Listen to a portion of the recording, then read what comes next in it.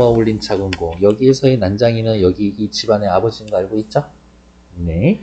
조세희의 연작 소설을 드라마 대본으로 각색한 것으로서, 그러니까 글의 종류는 뭐야? 시나리오지. 시나리오야. 1970년대 밑줄, 산업화 도시개발 밑줄, 소외된 사람들 밑줄, 가난한 난장이 가족의 삶을 제재로 하여 가난한 난장이 가족 밑줄. 아, 그러면 가난한 난장이 가족이 소외된 사람들을 대표하는 거겠네. 산업화 과정에서 좌절하는 모습, 좌절.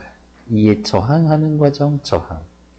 원작 소설에 등장하는 난장이 가족의 상황과 성격은 큰 변화 없이 반영되고 일부 각색되거나 추가되었거나 제외되었습니다. 밑에 작가님들은 한번 읽어보시면 되겠고요. 밑으로 내려오셔서 글의 종류, 드라마 대본으로 되어 있고요. 사회 비판적이고 상징적이고, 이게 조금 애매하긴 하지만 상징적이기도 하지만 그 당시 하층민들의 삶을 굉장히 사실적으로 보여주기도 하지.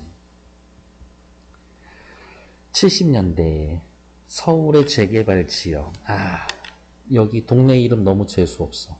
낙원구 행복동. 이 동네에 행복이 어딨어?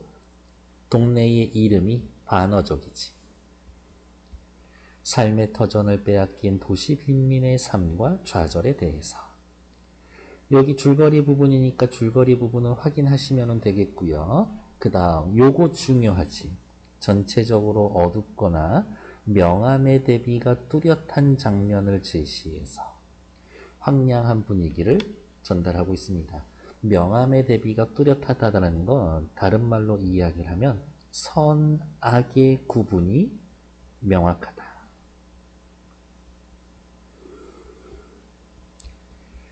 등장인물의 성격을 형상화하거나 꿈과 희망 등 정서적 심리 상태를 드러내기 위해서 다양한 소품을 활용하고 있습니다. 밑에 질문 읽어보시면 되겠고, 다음 페이지 114페이지 확인하도록 할게요. 본문 들어가고 별거 없습니다. 일단 확인하셔야 될 건 오른쪽 먼저 보죠. 제목에서의 나타난 난장이의 상징성. 난장이, 일단은 키가 작은 사람. 이 작품에서는 아버지를 가리키고, 난장이의 상징성, 신체적으로 왜소해, 무기력해, 경제적으로 빈곤해, 소외된 도시 빈민의 모습을 상징하고 있습니다. 현실에 저항할 수 있는 힘이 그렇게 많지가 않죠? 됐고, 밑에 통장 아줌마 나올 건데 내려오죠. 통장의 역할.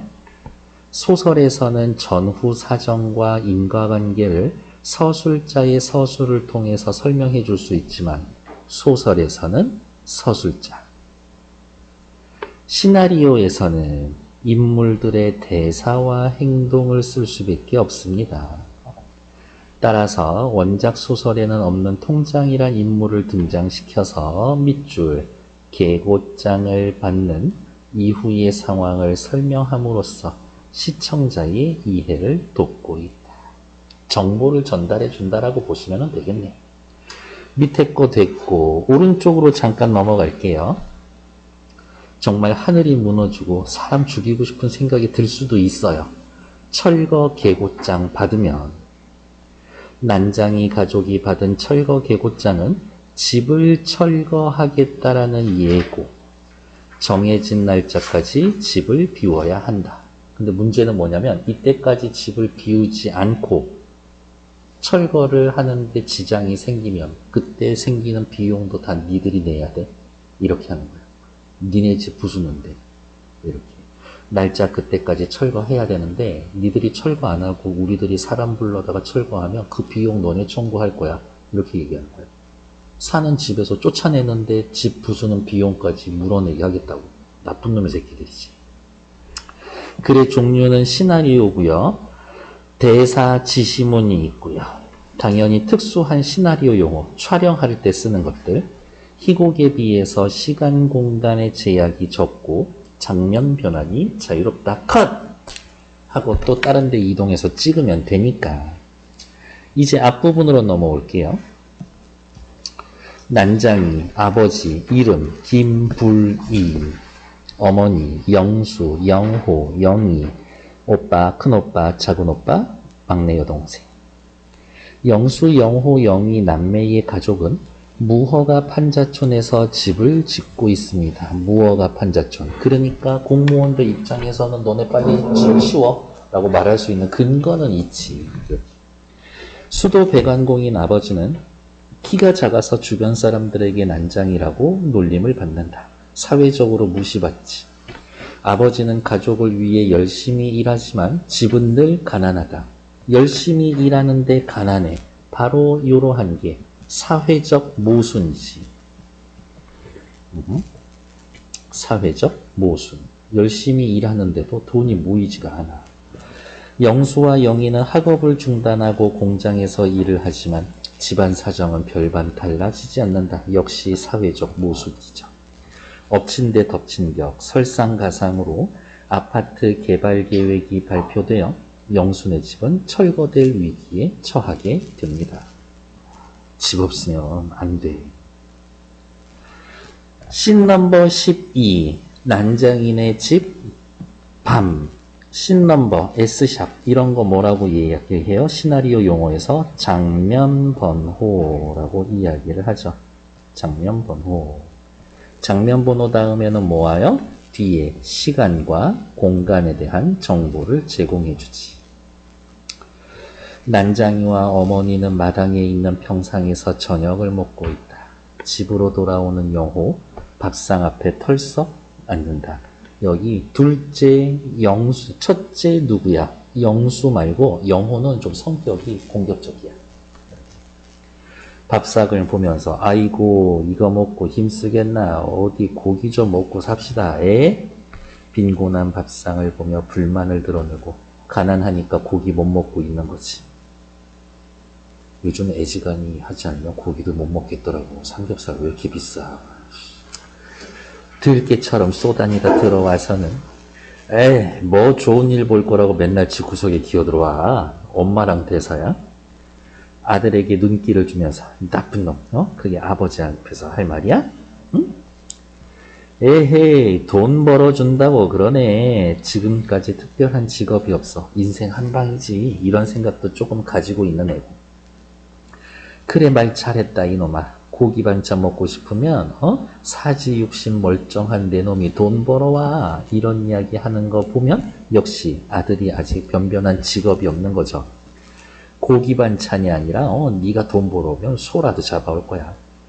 지 형이랑 지 동생은 착실하게 일하는데 저만 뭐가 그렇게 잘나? 라면서 일하지 않는 아들에 대한 불만인 건데 가서 돈 벌어오라고 있어구만. 이런 느낌은 아니야.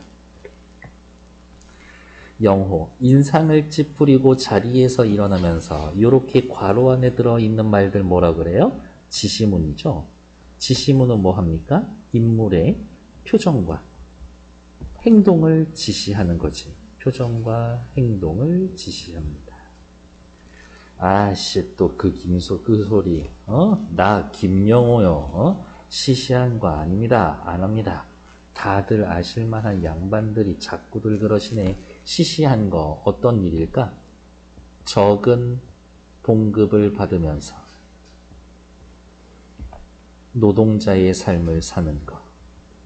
이런 걸 얘기하겠지. 어머니 위아래로 훑어보면서 아유 이 한심한 놈 같으니라고 난장이에게 수저를 건네며 어서 드셔 라는 거 보니까 어떻게 아버지에게 애정은 확실히 있어. 아버지에게, 난쟁이에게, 그러니까 남편이지. 남편에게 애정은 분명히 있어. 통장, 난장이네 안으로 들어온다. 놀란 표정으로. 통장님. 불길한 일을 예감하고 있다라는데 앞으로 우리 집에 어떤 일이 일어날지 이미 짐작하고 있어. 마침 있었네. 아유, 자네 얼굴 본 지 오래됐네. 평상에 앉으면서 이거 아무래도 내가 직접 전해줘야 될 것 같아서 뭔가 중요한 서류인가 본데요. 서류 봉투에서 종이를 찾으며 어디 보자. 김부리. 여기 있다. 종이를 난장이에게 꺼내주며 자, 이거 철거 개구장일세. 몇 월 며칠까지 당신네 집을 헐어야 합니다. 라고 이야기하는 것. 갈등 상황을 유발하고 난쟁이 가족에게 시련을 줍니다. 그러면 생각해야지. 누구와 누구 사이의 갈등일까? 사회와 그 속에서 살아가는 개인들 간의 갈등인 거지. 불안한 눈으로 개고장을 바라보는 어머니와 난장이. 이때 난장이는 떨리는 손으로 철거 개고장을 받아들고 클로즈업합니다. 뭘 클로즈업 할까? 철거 개고장을 클로즈업 해주겠지. 왜? 시청자들로 하여금 무슨 내용인지 얼른 좀 볼 수 있으면 글자 좀 있지만 빨리 보세요. 라고. 그쪽에서는 20일 안으로 결정 보라고 하는데 아이고 이거 참 내가 할 소리는 아니지만 돈을 좀 구해가지고 아파트 입주를 하든지 아니면 입주권을 어디다 비싸게 팔든지 이런 것 전하는 나도 영 사람 꼴이 아니네. 뭐 내가 이런 소식을 전하는 게 사실은 내키지 않아. 이런 거. 무허가 판자촌이 있어요. 집이 여러 채 있겠지. 근데 도시개발을 하면서 이제 이 동네에다가 아파트를 짓기로 했어. 근데 여기 있는 사람들에게 정당하게 보상을 하고 나가주세요라고 해야 되는데 어차피 무허가니까 그냥 막무가내로 밀어붙이는 거야. 근데 또 에휴 그래 니들 사는 데서 쫓겨나니까 서류 이렇게 하나를 주는 거지. 입주권이야. 나중에 요거 들고 오면 너네는 뭐 이렇게 추첨이나 이런 거 하지 않고 그냥 집 하나 내줄게. 이런 얘기인 건데 말 그대로 입주할 수 있는 권리인 거지. 돈은 다 내야 돼. 이렇게. 아파트 들어갈 돈이 있었으면 애초에 이런 판자촌에서 살고 있었겠어? 그렇지 않죠. 이때 이것이 기회다 라면서 개떼같이 달려드는 부동산 업자들이 있지. 입주권을 사는 거야. 그리고 다른 데다가 갖다 팔려는 거지. 그래서 방법은 두 개. 돈 구해서 아파트 들어가거나 그건 불가능하고 입주권을 최대한 비싸게 팔던가 이런 것들. 그럼 앞에 클로즈업 하는 이유가 강조 때문이에요? 그렇죠. 철거 개고장이라는 걸 강조해 주는 거지. 아, 이 집 진짜 털리게 되어 있구나. 이런 것들. 1번 선택 1은 도저히 안 돼. 그나마 이 집에서 할 수 있는 거는 2번밖에 없어. 근데 또 막상 비싸게 팔 수 있는 것도 아니야. 근데 그나마 가능성 있는 건 2번인 거야. 괜찮습니까? 여기에 개떼같이 달려붙을 부동산업자들은 어떻게 생각하고 있을까? 저 입주권을 최대한 싸게 사서 비싸게 팔아야지 할 거니까 비싸게 사줄 놈들이 없어. 영호, 난장이에게서 개고장을 휙 빼앗아 버린다. 잘 됐네, 잘 됐어. 지긋지긋한 이놈의 동네는 확 떠오려가네. 이거네, 이거. 영호의 성격 어때요? 불만이 많죠. 사회에. 거친 성격이지. 통장. 평상에서 일어나 난장이에게 손짓을 하면 나 가네. 통장이 대문을 나서서 집에 들어오던 영수와 마주친다. 첫째 아들. 이제 오나. 영수는 통장에게 인사를 한다. 빈정대는 말투로 장남 오셨네. 한 손으로는 철거 개고장 흔들고 한 손은 주머니에 넣은 채 이 집 대들보 장남 비꼬는 거지. 맨날 너 엄마 아빠가 너 보고 이 집안의 장남이라고 집안의 기둥이라고 하는데 집 헐릴 때 동안 네가 한 일이 뭐야. 동생이 형한테 불만을 표현하고 있는 거지. 통장, 영수 어깨를 두어 번 두드려주고 집을 나선다. 영수는 가족들을 걱정스러운 눈으로 바라본다. 그게 뭔데 하지 않는 거 보니까 어때? 내용이 뭔지는 알고 있지. 등장인물의 성격, 아버지. 사회적, 경제적으로 소외되어 있죠.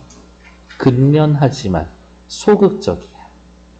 어머니는요, 가족을 위해 헌신하며 생활력이 강하고 저는 남편을 애정이 있습니다라고 했지만 존중한다. 첫째 아들 영수, 장남으로 생각이 깊지만 나약하고 소극적이고 둘째 아들 반항심과 허세가 있고 다혈질이고 영희, 첫째 영수의 말에 이어는 되게 예뻐, 착해.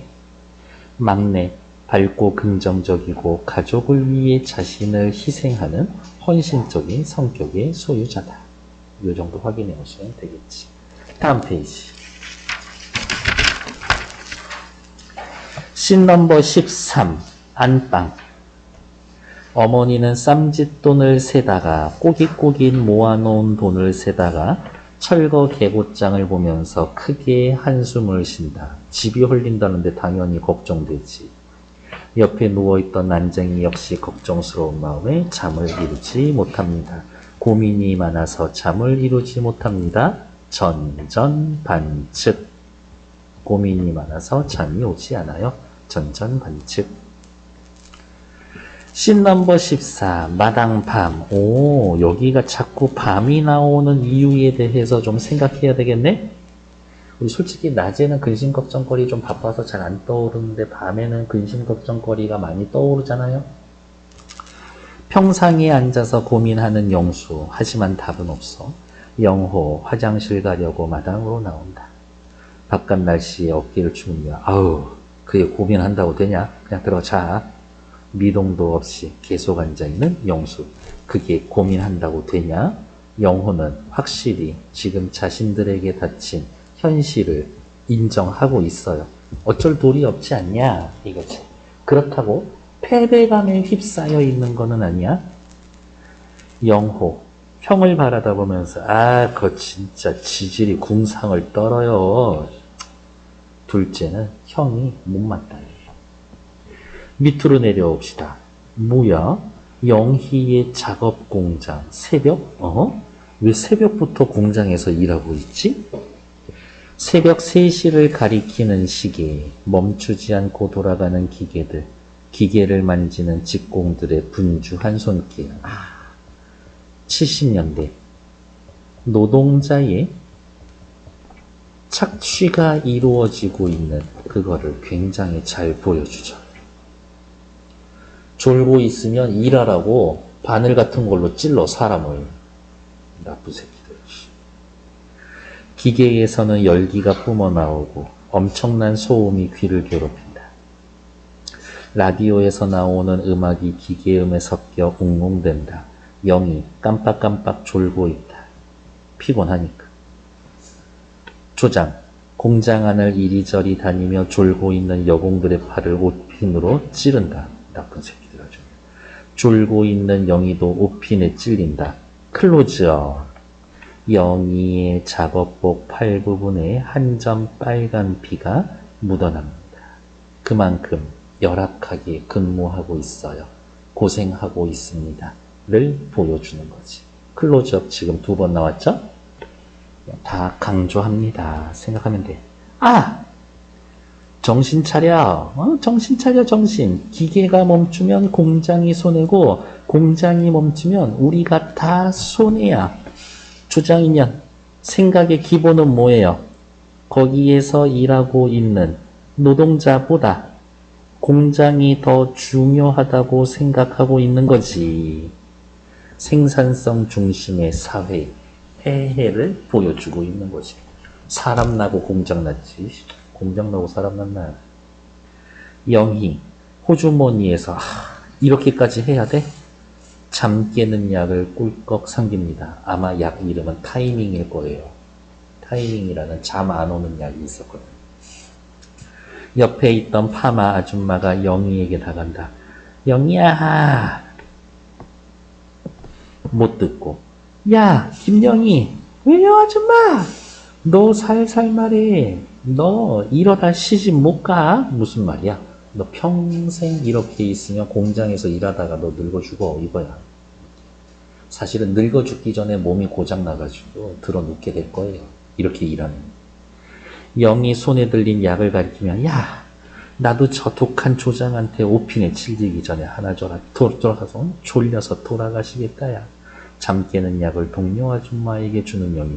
도대체 무슨 영광을 보겠다고 공장에서 일하면서 잠 깨는 약까지 먹어가면서 일을 하고 있어? 사람들을 그렇게 몰아붙이고 있는 거지. 사회 문제인 거야. 오른쪽에 소설 난쟁이가 쏘아 올린 작은 공 전체 줄거리는 한번 읽어보시면 되겠고요. 여기 피나는 장면 클로즈업 했죠. 클로즈업은 일반적으로 대상을 강조하여 영상을 보는 사람을 장면 속으로 끌어들입니다. 영희가 옷핀에 찔려 흘린 피를 클로즈업하여 영희의 고통을 강렬하게 느낄 수 있도록 하고 있습니다. 됐나요? 네. 일 안 하면 되죠. 굶어 죽으니까 그렇지. 씬 넘버 16. 공장 앞에 이른 아침 퇴근하는 아줌마들 사이로 영희와 파마 아줌마가 보인다. 아, 이른 아침에 퇴근하는 걸로 봐서 공장의 야근조네, 야근조. 적어도 2교대 정도로 흘러가는 공장일 것 같아요. 2교대 공장에서 일해본 적 있어요? 난 대학교 때 알바하면서 해봤었는데. 보통 2교대라고 하면 12시간, 12시간이 아니라 13시간, 11시간이거든. 야간조는 중간에 잘 시간을 한 2시간 정도 줘. 그 잔다고 되나? 근데 또 야간조가 되면은 출근하자마자 밥 먹고 퇴근하면서 밥 먹고 퇴근하고 그럴 수는 있어. 근데 이 시절에 노동자들한테 밥 줬겠어? 당연히 안 주지. 파마 아줌마 동료들에게 손을 흔들며 잘 가. 영희는 선하품을 하는 파마 아줌마와 팔짱을 끼고 함께 걸어간다. 평소에 애가 좀 애교가 있는 성격이네요. 아유, 이제 밤 근무는 진짜 힘들어서 못 해먹겠다. 아줌마, 밝은 얼굴로. 그래도 다음 주엔 낮에 근무하는 거네. 파마 아줌마, 찔린 데는 괜찮냐? 괜찮다라는 듯 파마 아줌마에게 웃음을 보이는 영희. 영희 밝고 긍정적인 성격인 것을 좀 알 수는 있죠. 밤에 철거 개고장 받은 난장이와 가족들이 고민하는 시간입니다. 밤이라는 시간은 힘들고 암울한 현실을 상징해 주고요. 새벽에는 영희가 노동을 하고 있죠. 이른 아침에도 일을 마치고 집에 가면 편히 쉬어야 되는데 집에 가면 영희 기다리는 건 뭐야? 철거 개고장 기다리고 있지. 해가 떠도 이 집에는 비극밖에 없어. 나아지지를 않아. 일반적으로 새벽이나 아침은 희망을 의미하지만 이 작품에서는 새로운 날이 되어도 힘든 상황이 전혀 달라지지 않고 있어 비극성이 더 심화됩니다. 사람을 진짜 힘들게 만드는 것. 힘든 이 순간이 아니라 힘든 이 순간이 끝나지 않는다라는 게 더 괴로운 거지. 다음 페이지 볼게요.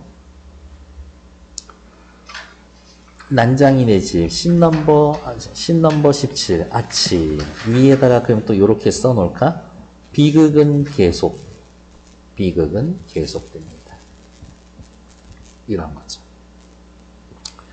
콩나물 다듬고 있던 어머니. 집 걱정이. 콩나물 다듬기를 멈추고 한숨을 쉰다. 한숨밖에 안 나오지 뭐. 영희는 지친 얼굴로 집에 돌아오다가 망연자실에 있는 어머니를 본다. 짐짓 밝은 목소리로 짐짓 뭐야 일부러지 일부러. 엄마 걱정하지 말라고. 엄마! 이제 오냐? 어머니 표정을 보면서. 난장이는 바닥에 쪼그려 앉아있고 어머니와 영수는 마루 위에 앉아있다. 영희는 그 옆에 걱정스러운 얼굴로 서 있고 영호는 샌드백을 툭툭 건드리고 있다. 다들 어떻게 해요? 현실의 문제에 대해서 사실 대책 없어. 대책 없는 가족들. 현실 앞에서 무기력한 모습을 보여주고 있는 거지. 영호. 미련 없이 뜨는 거야, 미련 없이. 행복도 이름부터가 웃겨 먹는다고. 아까 낙원시, 낙원구 행복동 반어라고 그랬죠? 여기가 우리 집인데 어디가? 갈 데도 없잖아. 야, 선거철만 되면 시커먼 양복들 쫙 빼입고 와서 허가내준다고. 정식 허가내준다고. 어쩜 그렇게도 지키지도 못할 말들을 쉽게 하는지. 아이고, 내 참이라고 하면서 어떻게 정치인들 혹은 국가 권력에 대한 불만을 보여주고 불만을 표현하고 있는 거지. 저는 이러한 모습이 계속 이어지고 있다고 봅니다. 이렇게. 물론 이때보다는 많이 나아지기는 했지. 이렇게. 어머니 뒤편으로 걱정스러운 얼굴을 한 난장이의 모습이 보인다. 지금까지 이 집의 가장인 아빠, 난장이가 보여주는 모습은 어때? 이 집에서 제일 무기력하고 제일 소극적이지 뭐. 영수의 얼굴 역시 근심으로 가득 차 있다. 영호, 영수에게 다가와 빈정대는 말 들어. 아유, 이럴 땐 책이라 뭐라 그러냐? 야, 책에 이거 현실 문제에 답이 있냐? 형, 뭐라고 말 좀 해보쇼? 답답한 마음에 영호와 영수를 바라보는 영희. 영호, 책 속에 답이 있는 거라면서, 응? 영수는 비참한 현실을 벗어나는 길이 공부밖에 없다고 생각했었지. 내가 공부해서 뭐든 시험 보고 큰 회사나 아니면 좋은 데 가서 대학 가면 좋은 일이 생길 거라고 맨날 공부했는데 사실은 이제 너무 집이 힘드니까 그것도 중간에 포기했었었지. 영수, 영호를 바라보다 고개 돌리며 취직 자리는 알아보고 있는 거야? 이렇게. 아, 영수 형이죠? 취직 자리는 알아보고 있는 거야? 동생의 말에 대꾸하지 못하고. 왜? 책 속에 해답은 없어. 이 집안에, 이 가정에 집이 없어지는 것, 이거를 해결하는 방법은 없어. 나약하고 소극적인 성격. 걱정 마, 어? 형보다 돈 많이 벌어올 테니까 목소리를 낮춰. 아버지 앞에. 하지만 아버지는 아무 말도 하지 못하지. 어머니의 다그침을 듣고 딴청을 피우는 영호. 오히려 형이, 죄송해요 어머니. 어머니 평상에서 내려와 난장이 앞에 쪼그려 앉으며 당신 생각은 어때요? 어떻게 하면 좋겠어요? 어떻게 할까요? 대책을 물어보고 있는 거지. 우리 이제 어떻게 해요? 대책을 물어보고 있죠. 근데 대답해 줄 수 있을까? 못 해주지. 난장이 아무 말 없이 공구를 집어들고 집 밖으로 나간다. 뭐 어쨌든 일하러 나가는 거죠. 가족들 안쓰러운 표정으로 난장이를 바라본다. 신경질적으로 샌드백을 친다. 반항적이고 거친 성격. 대책 없어, 대책 없어. 돈만 있으면 다 해결되는 거 아니야. 우리 집구석에 돈이 없어서 문제지. 하늘을 바라보며 씁쓸한 표정을 짓는 영희. 이런 일이 생기면 어떻게 해보려고 먹고 살라고 공장에서 그렇게 오핀에 찔려가면서 일하는데 대책이 없어. 가족회의는 무슨 얼어 죽을 예병 회의한다고 답나? 안 나지. 오른쪽 위로 잠깐 가서 볼게요. 어머니가 콩나물 다듬다가 한숨을 쉬는 이유는 이 집에서 대책 미래에 할 수 있는 건 두 개밖에 없어? 입주권 받아서 나중에 아파트 입주하던가 아니면 입주권 팔던가. 근데 그게 둘 다 현실적으로 불가능하거나 쉽지 않은 거지. 철거 계고장 받은 후 더 이상 버틸 수 없다라는 거를 알고 앞으로 어떻게 살지 막막해. 비싼 아파트 입주권을 살 수 있는 처지도 아니기 때문에 가족이 거리에 나앉아 있을까 걱정하고 있습니다. 밑으로 내려가죠. 원작과 이 작품의 결말. 원작에서는 집이 헐리고 아버지가 없어. 집에 있어야 되는데 영호야 영수야 아버지 어디 있는지 빨리 가서 찾아봐라 라고 이야기를 하는데 아버지가 저기 집 근처에 있는 공장 굴뚝에 올라가서 요렇게 달이 떠 있고 달을 향해서 종이 비행기를 날리고 그러다 떨어져서 죽어. 그래서 아빠 죽어. 죽는다고요? 아빠 죽어. 이렇게 위태롭게 매달려서 종이 비행기 이렇게 하나 날리고.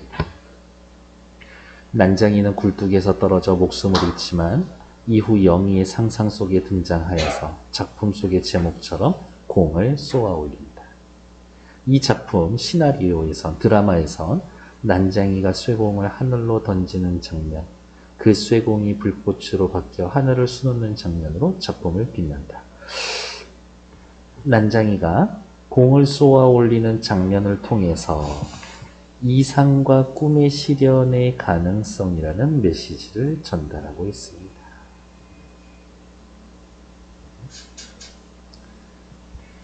저는 그래도 비극적 결말이라고 봅니다. 됐고, 다음 페이지. 이제 거의 다 끝나가죠. 영희가 집 앞으로 걸어 나온다. 집 앞에 건물은, 영희가 집 앞으로 걸어 나온다. 집 앞에 건물은 이미 헐려서 빈터만 남아있다. 왜? 이미 입주권 받고 나간 사람들 있어. 동네 전체가 공사판이고 흙무더기다.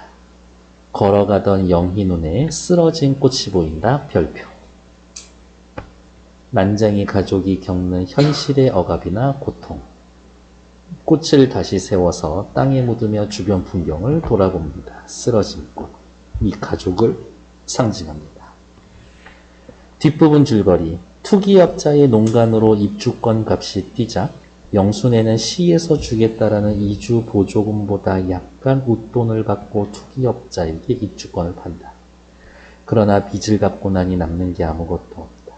결국 난장이 가족의 집은 헐린다. 요거 소설에서는 제일 마지막에 헐려. 어머니는 허드렛 일을 하고 영수와 영희는 공장에서 일하며 생계를 이어나간다.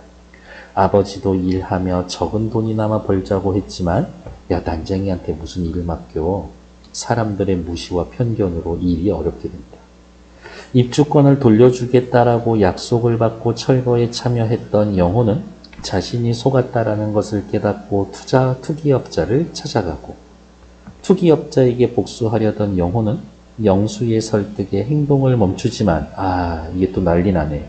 도망치던 투기업자가 자신의 실수로 불길에 휩싸인다.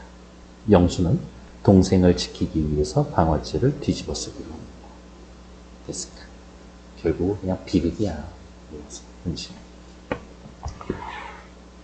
그래서 제가 가끔 잔소리처럼 얘기하잖아요. 뭐 나중에 백 사고 막 이런 거 하지 말고 돈 악착같이 모아가지고 어디 상가라도 하나 분양받아서 꼬박꼬박 월세 받고 그렇게 하라고. 그리고 부모님들한테 되게 몹쓸 이야기지만 독립 최대한 늦게 하고 그게 대신에 나중에 효도해. 용돈 한 달에 한 400~500씩 드려. 그러면 되잖아. 이렇게. 소재의 대립구도. 아까 제가 제일 처음 했었던 거 있었어요? 비교적 선명한 선악 대립구조라고. 그래서 난쟁이, 거인, 노동자, 자본가, 판잣집, 아파트처럼 이 소설은 극명하게 대비가 되고 있습니다. 그래서 현실에 어떻게 이렇게 딱 잘라서 착한 애들 이렇게 있겠어. 그래서 이 소설이나 시나리오를 동화적이다라고 보기도 해요. 동화에서는 착한 애 아니면 무조건 나쁜 애들이잖아. 이런 식으로. 왼쪽 밑으로 내려올게요. 영수와 영호의 대비. 영수는 차분하고 과묵하고 하지만 소극적이고, 영호는 감정적이고 과격하지만 어떻게 크게 대책이 있는 것은 아니야. 또. 영수는 섣불리 행동하지 않고 신중하고, 동생을 위해 자신이 방화범 혐의를 쓰기로 하면서 가족을 위해 희생하고, 영호는 거친 행동을 하고 형을 비아냥거리고 무시하기도 하죠. 밑에 2번 꽃의 상징성 별표. 꽃은 영희의 순수함과 희망이고요. 쓰러진 꽃은 영희를 비롯한 난장이 가족이 겪는 현실의 억압이나 고통. 꽃을 다시 세워 땅에 묻습니다. 영희의 소망, 희망적 미래에 대한 바람. 하지만 그리 되지는 않죠. 그러니까 슬픈 거지.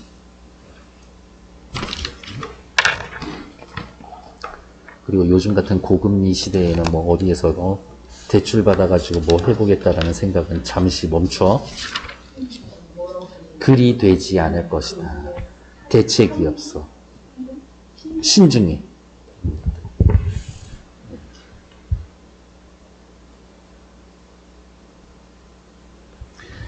자, 밑으로 내려올게요. 거짓말이죠? 다음 페이지지. 난쟁이가 쏘아 올린 작은 공 다음 활동을 해봅시다. 밑줄만 그면 됩니다. 낙원구 행복동 헛소리하고 앉아있네. 반어적인 표현. 이 동네에선 어떤 사람들 살아? 산업화에 소외된 계층이 빈곤스럽고 고통스럽게 살아가죠. 난장이는 어떤 사람? 소외되는 사람. 일단 왜소함을 나타내고요. 사회적 왜소함이 이거지. 신체적 왜소함을 통해 사회적 왜소함을 나타내줍니다. 사회경제적으로 소외된 계층, 노동자 빈민계층을 상징합니다. 밑으로 내려와서 씬 넘버 15에서 알 수 있는 것. 씬 넘버 15는 영희 새벽에 공장에서 일하는 그 장면. 뭐 하고 있어? 노동자들 굉장히 열악하구나. 바늘에 찔리고 잠 안 오는 약까지 먹어가면서 최소한의 인간적 대우도 받지 못한 채 돈 버는 수단으로 전락한 노동자. 산업화로 인해 가치 전도 현상, 인간의 도구화. 가치 전도라는 거는 뭐야? 사람이 먼저야, 공장이 먼저야? 사람이 먼저야. 근데 여기에서 공장이 먼저라고 하는 거지. 가치가 전도, 뒤바뀌었음 이야기하는 거죠. 밑에 2번 영상 매체의 표현상 특징에 대해서 살펴봅시다. 소설에서는 이렇게 나와 있대. 형은 이상주의야. 말을 하고 나는 아주 기분이 좋았다. 응? 나? 영호? 소설에서는 영호가 서술자예요? 네, 맞아요. 근데 1, 2, 3부 나눠져 있으면서 각각 영수, 영호, 영희가 서술자로 나와. 이거는 소설 전체에서 2부에 해당되는 부분인 거예요.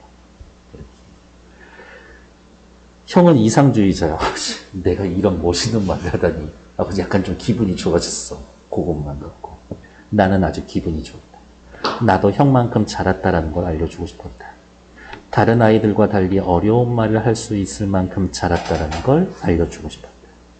나는 고민하는 이상주의자, 형의 얼굴을 쳐다보았다. 기대는 어그러졌다. 형한테 나 이렇게 어려운 말 쓸 수 있어. 나 무시하고 하면 안 돼. 나 인정해줘. 라고 해서 한 말인데 형은 화가 났어. 나는 그때 형이 화를 내야 하는 까닭을 알 수가 없었다. 소설에 서술자 나니까 나, 영호의 심리는 엄청 잘 드러나 있지. 무엇을 통해? 나, 영호의 서술을 통해서. 옆에는 인물들 간의 대화를 통해서 인물의 심리를 어떻게 우리는 추측해야지. 보면서는. 밑으로 내려와서 체크할게요. 소설은 인물의 내면 심리를 구체적으로 서술해서 직접적으로 전달합니다. 특히 이 장면에선 영호의 심리를 직접적으로 보여주지, 다른 인물들은 관찰자 시점에서 그대로 보여준다. 다음, 드라마에서는 3인칭 시점의 카메라. 근데 이 카메라는 사람의 속마음을 못 보지. 모든 인물을 외부에서 객관적으로 관찰. 심리가 직접적으로 드러나지 않고 대사, 표정, 행동을 통해 우회적으로 묘사가 됩니다. 그래서 이 부분 구별하는 문제는 꽤 중요하다 라고 확인해 보시면 됩니다. 인물의 심리를 직접적으로 전달할 수 있는가 아닌가. 다음 페이지. 다음은 원작 소설에는 없는 장면입니다. 어떤 장면이에요? 꽃이 쓰러져 있는 걸 영희가 다시 세우는 장면인 거지. 앞으로 어떻게 살아가야 하는지 막막한 상황에서 영희는 자신의 처지와 같이 쓰러진 꽃을 발견하고 그 꽃을 바라보다가 일으켜 세운 뒤 다시 땅에다 심는다. 꽃을 다시 일으켜 세우는 장면을 삽입했다. 현재의 시련을 딛고 다시 행복해질 수 있다라고 이야기하는 희망적 메시지를 상징적으로 전달하기 위해서입니다.